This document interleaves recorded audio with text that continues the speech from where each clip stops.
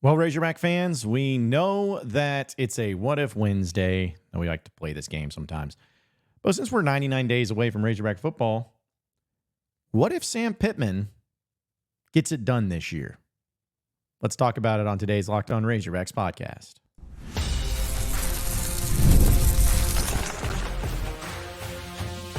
You are Locked On Razorbacks, your daily podcast on the Arkansas Razorbacks.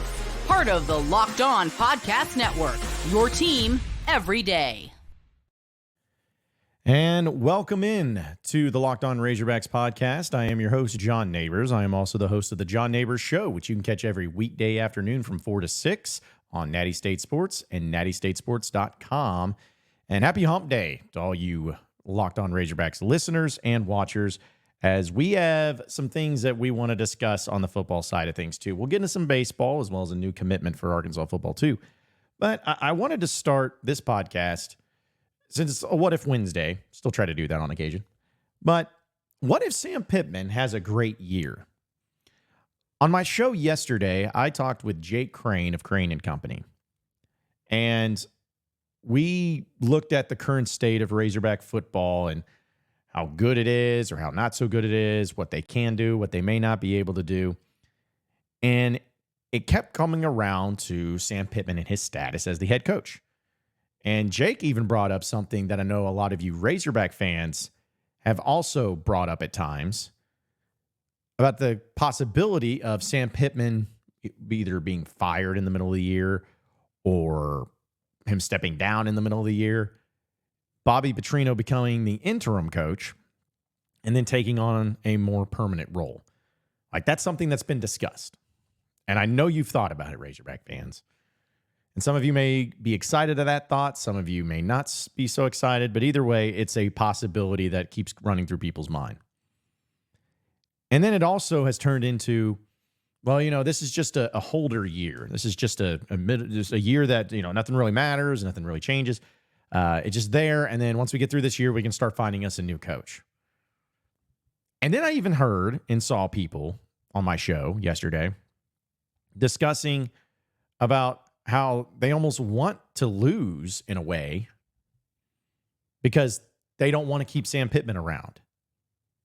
They're like, hey, we don't want to have success here because, that means do we really want to stick with Sam Pittman another year? Which is kind of a wild thought, but it is a thought I think some Razorback fans actually possess.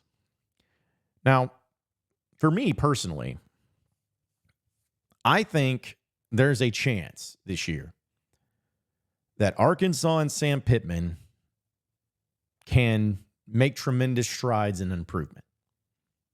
I'm not going to sit here and pretend that I feel that way simply because, you're a homer, you drink the Kool-Aid, whatever it is.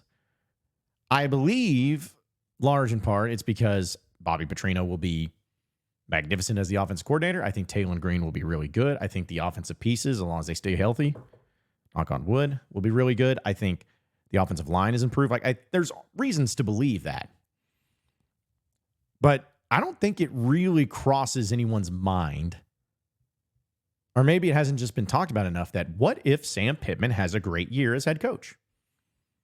Now, first, we got to decide what defines a great year. In my opinion, folks, I think 8 wins defines a great year. And that can even include a bowl game. Go 7-5, 8 wins with a bowl game, 8-4 bowl game loss. I don't care. But getting to 8 wins, to me, would classify this season as a successful year for Razorback football. So, using that definition and now asking the question, what if Sam Pittman has a great year? What does that mean? What does that mean not only for the season, but for the future? And some of you may be cringing because you think, oh, no, that means Sam Pittman's going to be around. Well, here's my question to you, folks. If Sam Pittman was able to be the head coach, turn it around, and get things going in a really good way, and back on track and back in the right direction, why would you not want him to remain on as head coach? Partially, I think some of you believe that or feel that way because he's boring. Just to be direct about it. You think he's boring. You think that he's been around now this is going to be his 5th season. And you are looking at it. Actually, is it going to be his 5th season? Yeah, I guess it is. Jeez. Yeah, going to be his 5th season. And that would turn into a 6th season. And to be honest, you have not had any coaches that have stayed around that long since Houston Nutt. And even in Houston Nutt, a lot of you, myself included, felt like that 5th, 6th year it was time to move on. Choose how people kind of assess their coaching ranks. I've always felt like you could judge a coaching job in football, at least in college football, kind of like your presidents. Give you 4 years, and if you do a good enough job, you'll vote on them again. If not, you'll move on to something else. But maybe 5 years is the golden year. But either way, if Sam Pittman gets to that point, I think it would be a good thing to keep him on, to be honest. Because you can say what you want about him, but how much of a bounce back would that show and the belief system that people have in him? You know, Sam Pittman, when he took over the job, it was the bottom of the barrel. You could not be lower than what Arkansas had.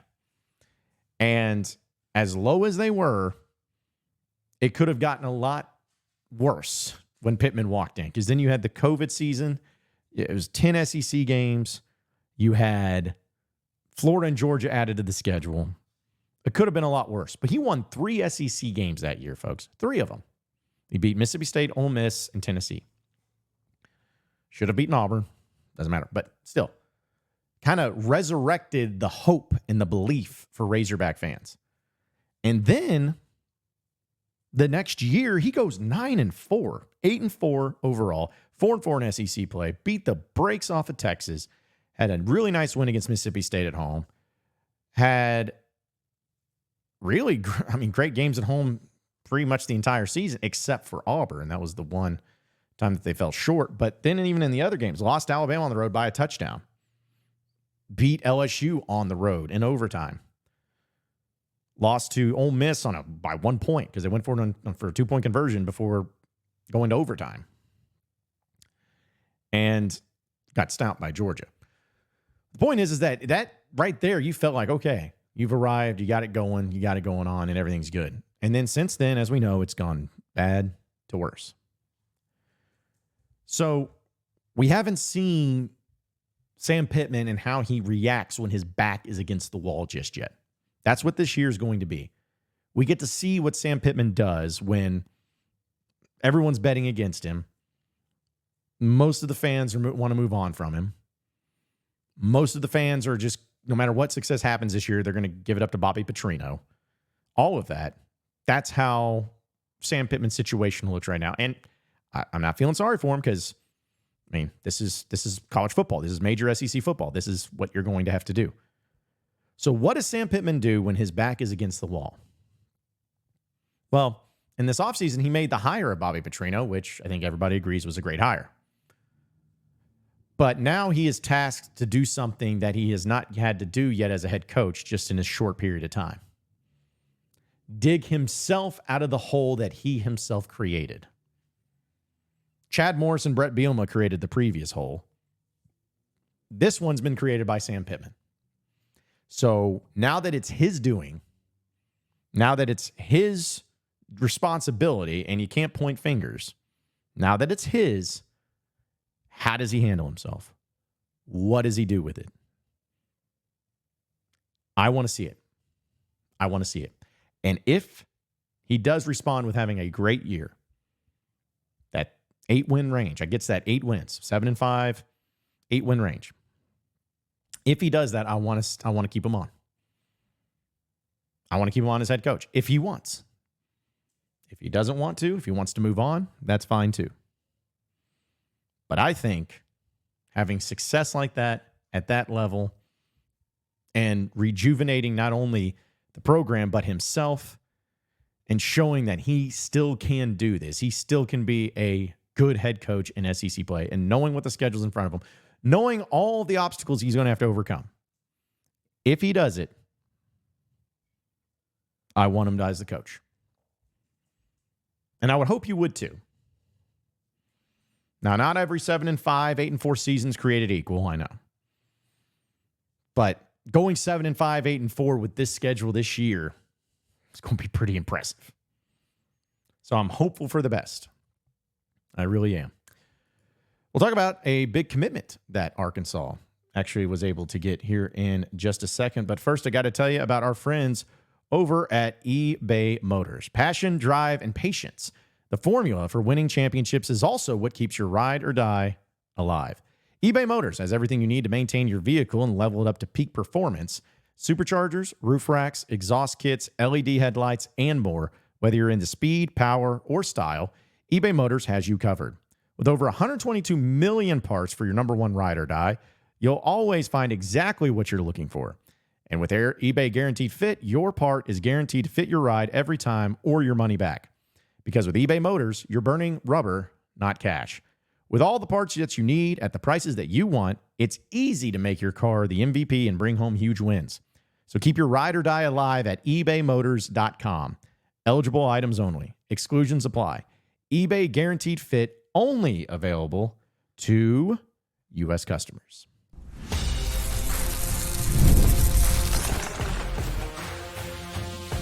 You are Locked On Razorbacks, your daily podcast on the Arkansas Razorbacks, part of the Locked On Podcast Network, your team every day. All right, so moving on into the next segment of the Locked On Razorbacks podcast. Speaking of football, Arkansas did get another commitment from the great state of Florida. It's actually their sixth commitment of the class of 2025, according to Hogs Sports. It says on Tuesday, Kamare Williams, who is a wide receiver from Palm Beach Central, went public with his decision and committed to Arkansas. He's 6'1", 175, but he chose the Razorbacks over Ole Miss, Florida, Florida State, Pittsburgh, Indiana, and Louisville, as well as LSU, Texas A&M, Michigan, Penn State, Auburn, Oregon, and others, as far as teams that offered him a scholarship. What's crazy is that he was offered by the Hogs on January 30th under then running backs coach Jimmy Smith.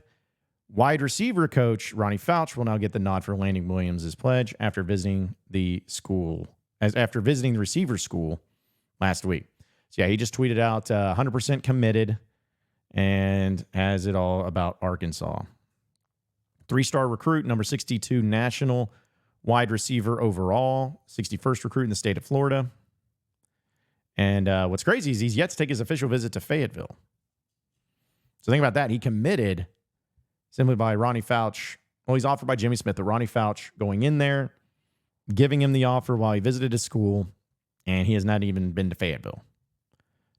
So with that move, if you want to know the rest of the commitment class for 2025, you have a player by the name of Grayson Wilson. I don't know if you heard about him.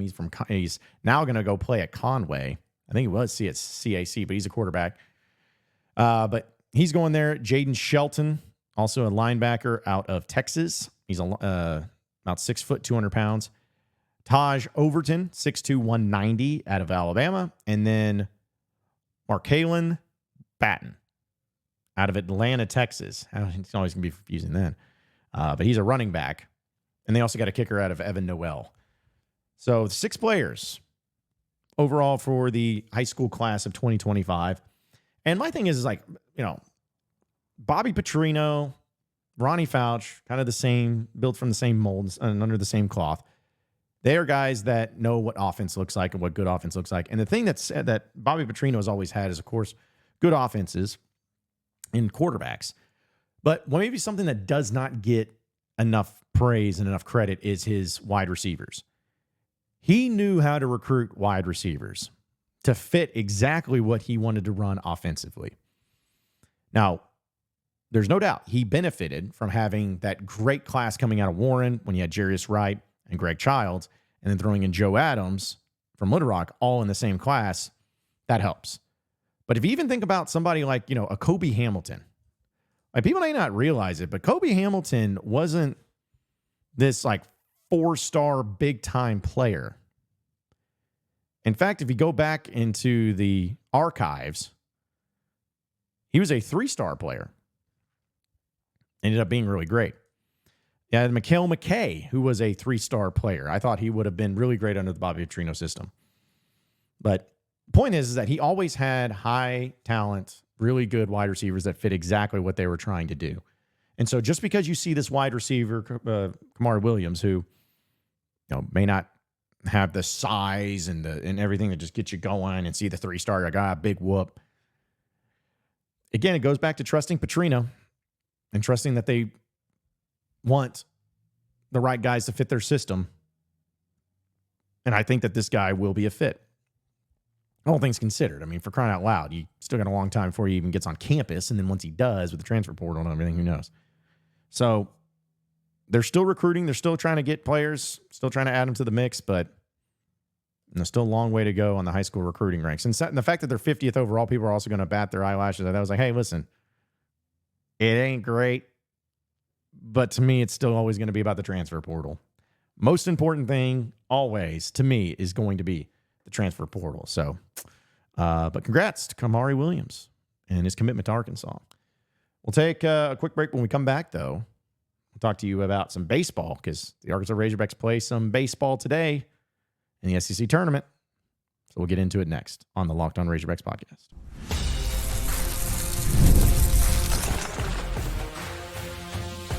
You are Locked On Razorbacks, your daily podcast on the Arkansas Razorbacks. Part of the Locked On Podcast Network, your team every day.